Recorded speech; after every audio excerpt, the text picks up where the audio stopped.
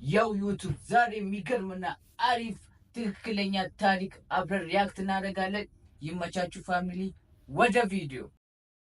የዛሬው ታሪክ ለኔ ራሱ በጣም የደነቀኝና የገረመኝ ታሪክ፣ ብዙ ነገር የተማርኩበት፣ ለማመንም የከበደኝ። እናንተም በጣም ብዙ ነገር ትማሩበታላችሁ ብዬ አስባለሁ። ወደ ታሪኩ እንግባ። እዚህ ጋር የምታዩት ልጅ ስሙ ትራቪስ ይባላል። ትልቅ ችግር ውስጥ ሊገባ ነው። እድሜው ግን 15 ዓመት የሚሆነው አርካንሳስ ውስጥ ነው፣ አሜሪካ ማለት ነው። በዚህ እድሜ የሚሰራቸው ስራዎች ግን ምንም ደስ አይልም። ትምህርት ቤት ለምሳሌ ተባሯል። ሲሰራ የምታዩት ወይ እየሰረቀ ወይ የሚያስጠሉ ነገሮችን እያደረገ ብቻ ደስ የማይሉ ነገሮች ነው የምታዩት እሱ ላይ። በ1996 እንደ ውጮቹ አቆጣጠር የሆነ ቤቶችን ለመዝረፍ ያስባል። ይህን ነገር የሚያደርገው ደግሞ ብቻውን አይደለም፣ አንድሬ ከሚባል ጓደኛው ጋር ነው ለመዝረፍ ያስበው። ታዲያም እዛ ከደረሱ በኋላ ለምን ለሁለት አንድ ቤት እንዘርፋለን፣ አንተ ያኛውን ቤት ዝረፍ፣ እኔ ይሄኛውን ቤት ዘርፋለሁ ይባባላሉ ጓደኛው ጋር። ትራቪስም ሄድና የመጀመሪያውን ቤት ሰብሮ ገባ። ይህን እያደረገ ባለበት ሰዓት የሆነ መኪና ሲጥጥጥ ብሎ ፍሬን ይዞ እሱ በር ላይ መጣ። ሚነዳው ደግሞ የእሱ ጓደኛው አንድሬ ነው። ይሄ መኪና ትራቪስም ከዛ ደንግጡ ይወጣና ምንድን ነው ኬታ መጣው ይለዋል። አንድሬውም የተፈጠረው ነገር ያስረዳዋል። ልዘርፍ የገባውበት ቤት ሰው ነበሩ። እናም በቃ መሳሪያ ነው ወጥቼ ሁለቱንም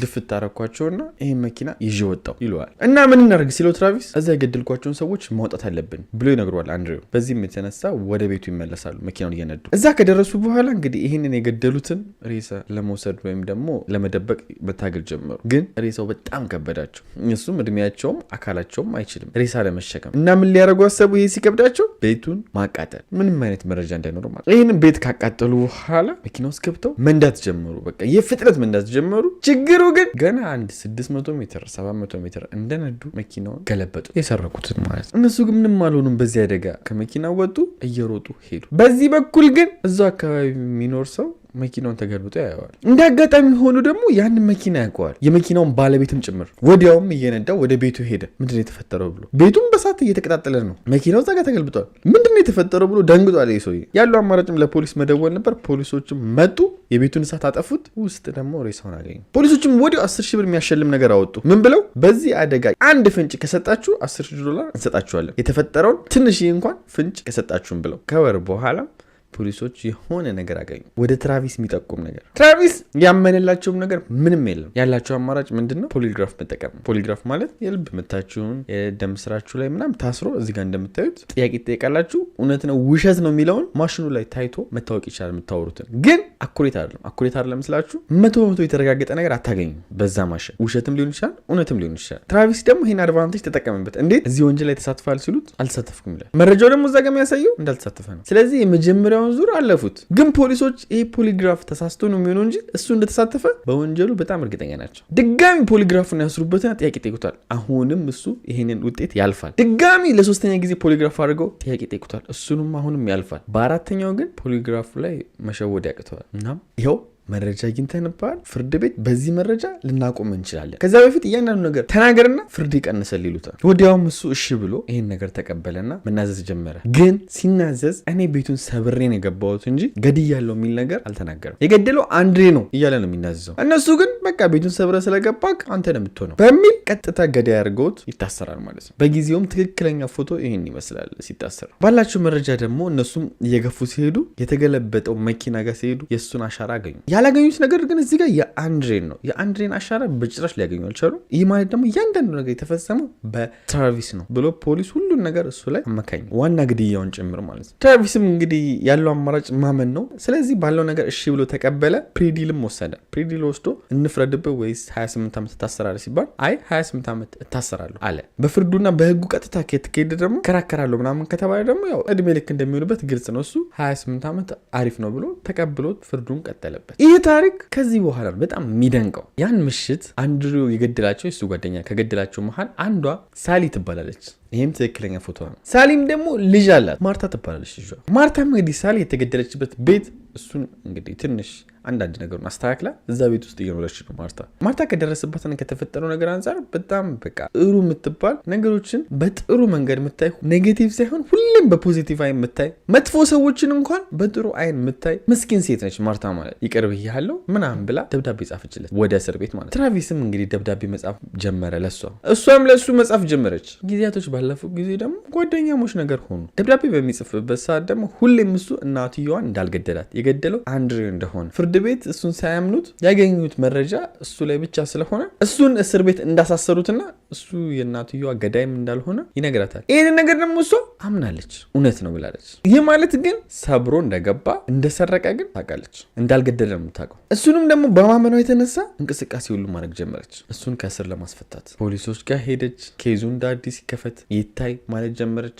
የትራቪስ እናት ጋር ሄደች። እናትየዋንም እቤት አመታት ቀጠረቻት፣ ቤት ውስጥ ጽዳት ምናምን እንድትሰራ። ግን እንደዚህም ብትልም ምንም ልታደርግ አልቻለችም። ትግል ላይ ሆና 20 ዓመት አለፈ ትራቪስ ታስሮ። አሁን ጊዜው 2018 ሆኗል በፈረንጆች አቆጣጠር። ትራቪስም እስር ቤት ውስጥ ሆኖ አሁን 37 ዓመት ምናምን ሆኖታል። 37 ዓመት ሲሆነው ደግሞ ትክክለኛ ፎቶ ይሄን ይመስላል። ማርታ ደግሞ አሁን ድረስ ለሱ እየታገለች ስለሆነ 28 ዓመት ቢፈረድበትም 8 ዓመቱን አሰርዛለት በ20 ዓመቱ እንዲወጣ አረገችው በሷ ምክንያት። ከዛስ በዚህ አላቆመችም። ቤቷ ውስጥ ጋርደኑ እንዲንከባከብላት የአትክልት ቦታው እንዲንከባከብ ምናምን ስራ ትሰጠዋለች የራሷ ቤት ውስጥ። ይህ ደግሞ ለሱ በጣም አሪፍ ስራ ነው። ምክንያቱም ከእስር ቤት ነው የወጣው። ማንም ስራ ያስቀጥረውም፣ ማንም አያስጠጋውም። ይህን እድልሽ ብሎ ተጠቀመበት። እሱም በቃ ጠዋት ይገባል፣ ስራውን ይሰራል። ጓደኝነታቸው ቀጥሏል። ብር ትከፍሏለች። በቃ ለሱ ጥሩ የሚባል ህይወት ሰጥተዋለች። ግን የሆነ ቀን ትራቪስ እዛ ቤት ውስጥ እየሰራ አመት ካለፈው በኋላ ማርታ ሻንዲሊየር የሚባል ማብራት በጣም ውድ የሆነ ስትሸጥ ያያታል። አምፖል ማለት ነው። ግን በአምፖል ሆኖ ሻንዲሊየር እንዴት ላስረዳችሁ አላውቅም፣ ብቻ በአማርኛ እንደሚባል ጌጡ ማለት ነው፣ አምፖል የሚስተካከበት እሱን ስትሸጥ ያያታል። ይህ ሻንዲሊየር ደግሞ $10,000 ነው የሚያወጣው። የሸጠችለት ሰውዬም ደግሞ የሰጣት ብሩን በካሽ ነበር። ብሩንም ይዛ ሄዳ መኝታ ቤቷ ውስጥ ታስቀምጠዋለች። ባንክ እስከመሄድ እዚሁ ይቀመጥ ብላ። ትራቪስ ደግሞ ያን ቀን እዛ ቤት ውስጥ እየሰራ ነበር። ይህንንም የሽያጭ ሁኔታ ብሩን ምናምን አይቷል። እናም መጠበቅ ጀመረ ማንም ሰው እስከማይኖር ድረስ። ሁሉ ነገር ጸጥ ሲልለት ታዲያ ያንን $1 ይሰርቀዋል። በነገቱ ማርታ ይህንን ብር ቼክ ስታደርግ ብሩ የለም። እዛ ጋር ደግሞ ይህንን ብር ሊሰርቀው የሚችለው አንድ ሰው ብቻ ነው፣ እሱ ትራቪስ ነው። ታዲያም ይሄን ነገር እሷን በጣም ሰበራት፣ በጣም ጎዳት። ከዚህ ሁሉ ነገር በኋላ ለትራቪስ ህይወት ሰጥተው እሱ ግን ይህን ማድረጉ በጣም አበሳጫት። ብድግም ትልና በቃ አንተ ተባራል ትሏለች። እሱ ግን ልም ያለ ፈጣጣ ስለሆነ እንዴት ታባረኛለች ብሎ ተበሳጭ። ካባረረችው ከወር በኋላ እሷን ለመበቀል አሰበ። አስቡት ማርታን ማለት ነው። እናም እንደነገርኳችሁ ወር ከቆየ በኋላ ገና በጣም ንጋት ላይ ነው፣ ጨለማ ነው ግን ንጋት ነው፣ በቃ እየነጋ ነው። ታዲያም ቀስ ብሎ ቤቱ ይገባል። ቤት ገብቶም ማርታን ለመዝረፍ መንቀሳቀስ ይጀምራል። ንብረቶቿም ምን እንደሆነ ስለሚያውቅ እዛ ቤትም ሰርቶ ስለሚያውቅ ቤት ውስጥ ማንኮሻኮሽና ለመዝረፍ መነካከት ጀመረ። በዚህ ሰዓት ደግሞ ማርታ ሰማችው የሆነ ድምፅ ነገር። ወዲያውም ተነስታ የፖሊስ አላርሙን ነካችው ኮሽታውን ሰምታ። ይሄ አላርም ደግሞ ቀጥታ ፖሊስ ጣቢያ ምልክት ነው የሚሰጣቸው እዚህ ቤት ችግር አለ ብለው ቶሎ እንዲመጡ ማለት ነው። እሱን ነክታም ተደብቃ አልቆመችም። ቆይ እስቲ ብላ ልታይ ስትሞክር ትራቪስ እና ማርታ ፊት ለፊት ይፋጠጣሉ። ታዲያ ይሄን ነው ትራቪስ ጩቤ ያወጣው። ከዛስ ሄዶ እሷን ወጋት። ድጋሚ አሁንም ወጋት።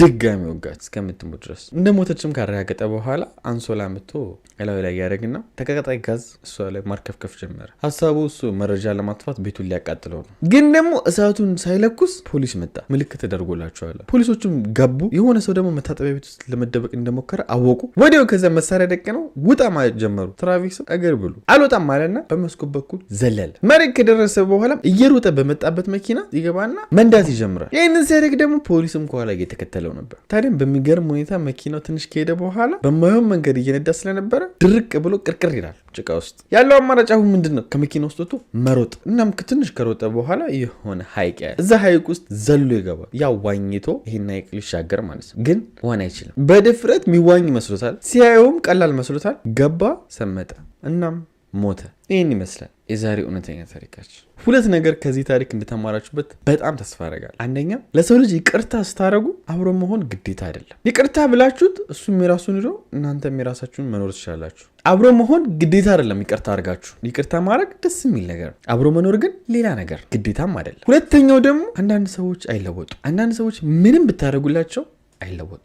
ነገሮች በጊዜው አስጨንቋቸው ከነገሮች ጋር ሊመሳሰሉ ይችላሉ፣ ግን ሁሌም አንድ አይነት ናቸው። ልክ እንደ ውሃ በረዶ ቤት ውስጥ ስታስገቡት በረዶ ይሆናል። ነገሩ አስጨንቆት በረዶ ሆነ እንጂ ከጊዜ በኋላ መልሶ ውሃ መሆኑ አይቀርም። ብታፈሉትም ይተናል።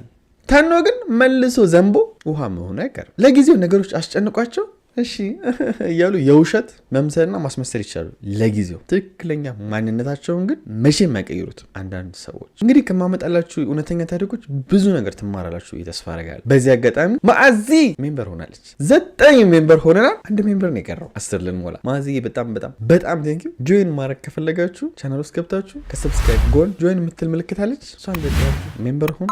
በጣም ወዳችኋለሁ። በቀጣይ እስከምንገናኝ ቻው።